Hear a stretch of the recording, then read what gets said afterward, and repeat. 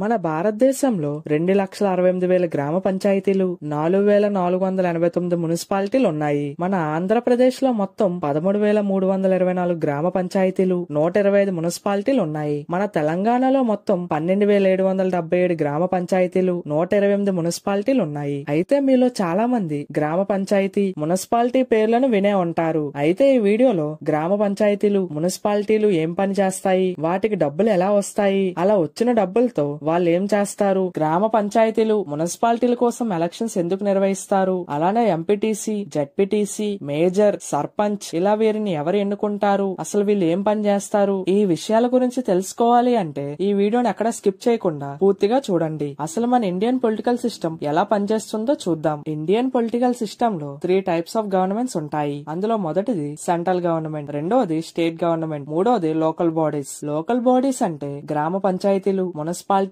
అర్థం. అప్పట్లో పాలన మొత్తం రాజులు, బ్రిటిష్ ప్రభుత్వం చేతుల్లో ఉండేది. 1858 నుండి 1947 వరకు బ్రిటిషర్స్ మన భారతదేశాన్ని పాలించారు. అలా దేశాన్ని ప్రొవిన్సెస్ మరియు డిస్ట్రిక్ట్స్ గా విభజించారు. బ్రిటిషర్స్ వాళ్ళ సొంత నిర్ణయాలతో ప్రతి ప్రొవిన్స్ లో ఒక అధికారిని నియమించేవారు. కానీ ప్రజలకు ఎలాంటి హక్కులు ఉండేవి కాదు. కొన్ని పెద్ద నగరాలైన ముంబై, చెన్నై, కలకత్తా లాంటి ప్రాంతాల్లో మాత్రమే మున్సిపాలిటీస్ గా చేశారు. కానీ అవి కూడా బ్రిటిషర్స్ కంట్రోల్లోనే ఉండేవి. 1947 మన దేశానికి స్వాతంత్రం వచ్చిన తర్వాత అప్పటి భారత ప్రభుత్వం ప్రజలే అధికారులను ఎంచుకునే విధంగా 1950లో కొన్ని చట్టాలను తీసుకొచ్చింది. అయినా కానీ 1950లో గ్రామాల్లో అయితే జమీందారులు నిర్ణయాలను తీసుకునేవారు, నగరాల్లో అయితే అధికారులు, కలెక్టర్లు నిర్ణయాలను తీసుకునేవారు. ప్రజలకు మాట్లాడే హక్కు కూడా ఉండేది కాదు. అయితే 1992లో మన దేశంలో ప్రజాస్వామ్యాన్ని గ్రామ స్థాయి వరకు బలపరచాలనే ఉద్దేశంతో భారత ప్రభుత్వం 2 రాజ్యాంగ చట్టాల్లో కొన్ని సవరణలు చేసింది. మొదటిది 73rd కాన్స్టిట్యూషనల్ అమెండ్మెంట్, ఇది గ్రామ పంచాయతీల కోసం. రెండోది 74th కాన్స్టిట్యూషనల్ అమెండ్మెంట్, ఇది మున్సిపాలిటీల కోసం. ఈ రెండిటి గురించి తర్వాత చెప్తాను. ఇప్పుడు లోకల్ బాడీస్ అంటే ఏంటో చూద్దాం. లోకల్ బాడీస్ అంటే ఒక గ్రామం లేదా పట్టణంలో ఉన్న ప్రజలు తమ ప్రాంతానికి సంబంధించిన పనులు, నిర్ణయాలను తామే తీసుకోవడం. ఉదాహరణకి రోడ్లు, వాటర్ సప్లై, స్కూల్స్, శానిటేషన్ లాంటివి. ఈ లోకల్ బాడీస్ లో మళ్ళీ 2 రకాలు ఉంటాయి. మొదటిది రూరల్ లోకల్ గవర్నమెంట్. ఈ గవర్నమెంట్ ని 73rd అమెండ్మెంట్ ద్వారా 1992లో ఏర్పాటు చేశారు. ఈ యాక్ట్ ప్రకారం పంచాయతీరాజ్ సిస్టమ్ మొదలైంది. రెండోది అర్బన్ లోకల్ గవర్నమెంట్. ఈ గవర్నమెంట్ ని 74th అమెండ్మెంట్ ద్వారా 1992లో ఏర్పాటు చేశారు. ఈ యాక్ట్ ప్రకారం మున్సిపాలిటీ సిస్టమ్ మొదలైంది. లోకల్ బాడీస్ ఎందుకంత ఇంపార్టెంట్ అంటే కేంద్ర రాష్ట్ర ప్రభుత్వాలు ప్రతి గ్రామానికి రావడం సాధ్యం కాదు. ఆ గ్రామాలు, పట్టణాల్లో ఉండే స్థానిక ప్రజలు తమ సమస్యలను వారే బాగా అర్థం చేసుకుంటారు. కాబట్టి వారికే నిర్ణయాలు తీసుకునే అధికారం ఇస్తే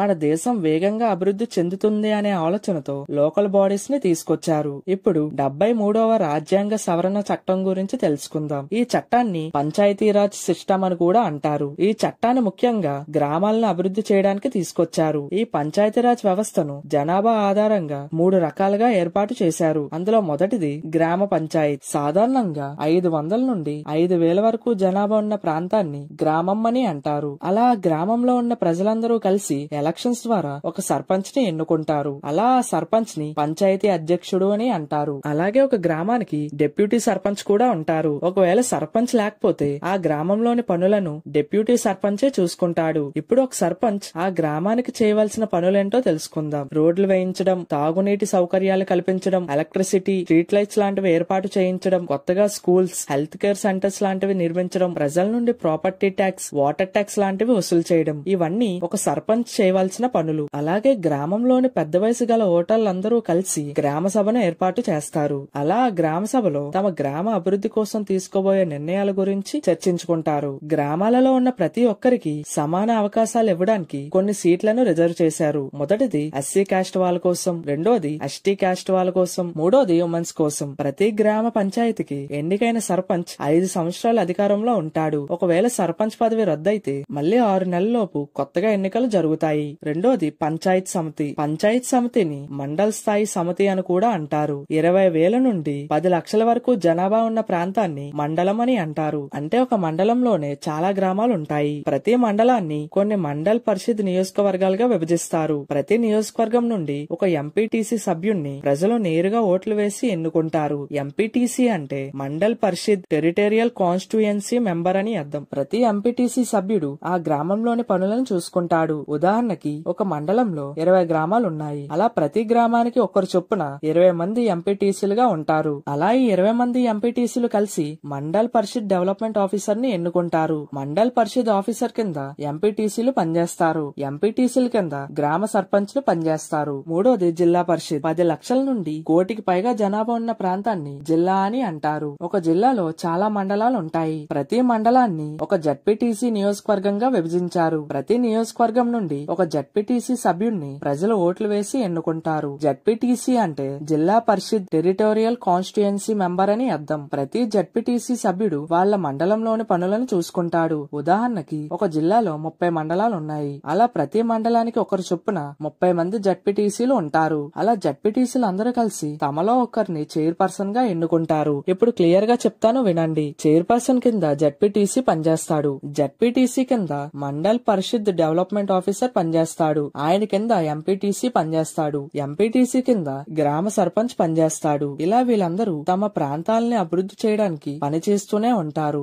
గ్రామ సర్పంచ్, ఎంపీటీసీ, జడ్పీటీసీ వీళ్ళందరి కాల పరిమితి 5 సంవత్సరాల వరకు ఉంటుంది. ఇప్పుడు 74వ రాజ్యాంగ సవరణ చట్టం గురించి తెలుసుకుందాం. పట్టణాలను అభివృద్ధి చేయడానికి ఈ చట్టాన్ని తీసుకొచ్చారు. అలా పట్టణాలకు మున్సిపల్ సిస్టమ్ ని తీసుకొచ్చారు. ఇందులో మళ్ళీ 3 రకాలు ఉన్నాయి. మొదటిది నగర పంచాయత్, అంటే గ్రామాల నుండి పట్టణంగా మారుతున్న ప్రాంతాల్లో నగర పంచాయతీలు ఉంటాయి. రెండోది మున్సిపల్ కౌన్సిల్, అంటే జనాభా తక్కువ ఉన్న పట్టణాలలో మున్సిపల్ కౌన్సిల్స్ ఉంటాయి. మూడోది మున్సిపల్ కార్పొరేషన్, అంటే పెద్ద నగరాల్లో మున్సిపల్ కార్పొరేషన్స్ ఉంటాయి. ప్రతి నగరాన్ని కొన్ని వార్డ్స్ గా విభజిస్తారు. అలా ప్రతి వార్డ్ లో ఉన్న ప్రజలు ఓట్లు వేసి ఒక వార్డ్ మెంబర్ ని ఎన్నుకుంటారు. అలా చిన్న నగరాల్లో వార్డ్ మెంబర్స్ గా ఎన్నికైన వారిని కౌన్సిలర్స్ అని అంటారు. పెద్ద నగరాల్లో ఎన్నికైన వాళ్ళని మున్సిపల్ కార్పొరేటర్స్ అని అంటారు. అలా ఎన్నికైన కౌన్సిలర్స్ అందరూ కలిసి ఒక మున్సిపల్ చైర్మన్ ని లేదా మేయర్ ని ఎన్నుకుంటారు. అలానే డిప్యూటీ మేయర్ కూడా ఉంటాడు. మేయర్ లేని సమయంలో డిప్యూటీ మేయరే ఆ నగరంలోని పనులను చూసుకుంటాడు. ఇందులో ఎస్సీ, ఎస్టీ, బీసీ కాస్ట్ కి చెందిన వాళ్ళ కోసం రిజర్వేషన్స్ కూడా ఉన్నాయి. ప్రతి మున్సిపాలిటీకి 5 సంవత్సరాల పదవి కాలం ఉంటుంది. మున్సిపల్ ఎలక్షన్స్ ని స్టేట్ ఎలక్షన్ కమిషన్ నిర్వహిస్తుంది. ఇప్పుడు కౌన్సిలర్స్, కార్పొరేటర్స్, మేయర్ యొక్క పని ఏంటో తెలుసుకుందాం. నగరం అభివృద్ధి కోసం కొత్త ప్లాన్స్ వేయడం, నగరంలో ఉండే వాళ్ళ దగ్గర నుండి పన్నులు సేకరించడం, స్లమ్ ఏరియాస్ ని డెవలప్ చేయడం, ఇలా నిరంతరం చాలా పనులను చేస్తూనే ఉంటారు. ఇప్పుడు గ్రామ పంచాయతీలకు, మున్సిపాలిటీలకు డబ్బులు ఎక్కడి నుండి వస్తాయి, ఎవరిస్తారో తెలుసుకుందాం. గ్రామాలు మరియు నగరాలు అభివృద్ధి చెందాలి అంటే డబ్బులు చాలా అవసరం. అయితే గ్రామ పంచాయతీలకు, మున్సిపాలిటీలకు 3 వేస్ లో డబ్బులు వస్తాయి. మొదటిది స్టేట్ గవర్నమెంట్ గ్రాంట్స్. రాష్ట్ర ప్రభుత్వం ప్రతి సంవత్సరం గ్రామ పంచాయతీలకు, మున్సిపాలిటీలకు నిధులను మంజూరు చేస్తుంది. ఆ డబ్బులతో గ్రామాలు మరియు పట్టణాల కోసం అభివృద్ధి పనులను చేస్తారు. రెండోది సెంట్రల్ ఫైనాన్స్ కమిషన్ రికమెండేషన్స్. భారత ఆర్థిక సంఘం ప్రతి 5 సంవత్సరాలకు ఒకసారి ఏర్పాటవుతుంది. ఈ ఫైనాన్స్ కమిషన్ కేంద్రం మరియు రాష్ట్రాల మధ్య నిధులు పంపిణీ ఎలా జరగాలో నిర్ణయిస్తుంది. అలానే రాష్ట్రాలు పంచాయతీలకు మరియు మున్సిపాలిటీలకు ఎంత నిధులు కేటాయించాలో సిఫార్సు చేస్తుంది. అలా చూసుకుంటే